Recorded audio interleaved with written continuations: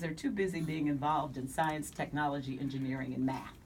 And ADP is helping keep all young folks on course with learning about this world of technology with their 1 hour of code. And Adrienne Ware is the Vice President of Implementation. Ooh, that's a big title. So tell us some more about the Hour of Code and why ADP came up with this idea. Yeah, so the Hour of Code, like I said, is the largest learning event in history, and it enables and actually allows students to demystify code. So code seems to be so complex when you just say the word coding, but it allows students to demystify code.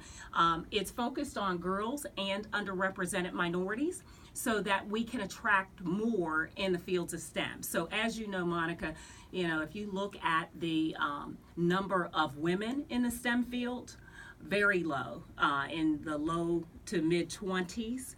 If you look at males in this area, it's a male-dominated field. If you look at people of color, the numbers are even lower. And so the goal is to, how can we increase, attract, and retain both women and underrepresented groups in the areas of STEM?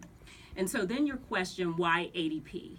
So ADP is focused on deploying software solutions to our client base for human capital management. So everything from recruitment to retirement, we go out and employ technology solutions.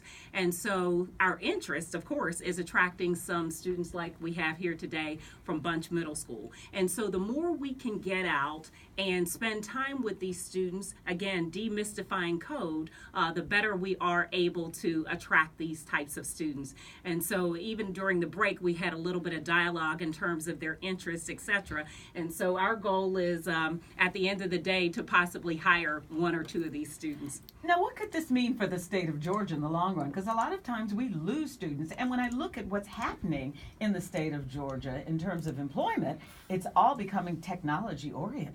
Absolutely, absolutely. And if you look at what the state of Georgia is doing in terms of the software company, not only the software companies, the technology companies moving into the state of Georgia, you have the Microsofts, you have the Googles, the big move to get Amazon into the state of Georgia, etc. And so similar, ADP also being one of the technology companies in the state of Georgia, our goal is to try to build and grow right here in the state of Georgia students with the particular skill sets that we're looking at. So if you look at the Silicon Valley, I would envision Georgia looking like the Silicon Valley at some point in time. So the students that you brought in with you are just amazing. We're going to talk to them some more. But what's it going to be like tomorrow for that hour of code at Bunch Middle School? Yeah, so we're really excited about partnering with Bunch Middle School again this year. And so Dr. Watkins, under his leadership, is just a huge proponent of technology. And so what he is doing is literally the entire school will shut down to do an hour of code. So nearly 900 students, all which will have their own device. So 99.9% of them will actually have a device and actually be able to participate in coding. And so ADP is coming out with our large team of people that will partner with these students and teachers to actually do a coding event in each one of the classrooms, etc. And if you haven't had the opportunity to go over to Bunch Middle School, they've just been open, I guess this is maybe their third year being opened. The Atlanta Public Schools spent millions of dollars enabling Bunch. It's a technology-enabled school. Every aspect of the school is enabled with technology. And this is in Southwest Atlanta. This is in Southwest Atlanta, absolutely. And the reason why they did it in Southwest Atlanta was to be able to attract those students in that area and also, underrepresented groups in that area, and then, create a learning bed, if you will, as it relates to technology. So Amani Bedwa, my 8th grader at Bunch Middle School. Tomorrow, what are you hoping to learn with coding? Or are you already past that? This is easy for you.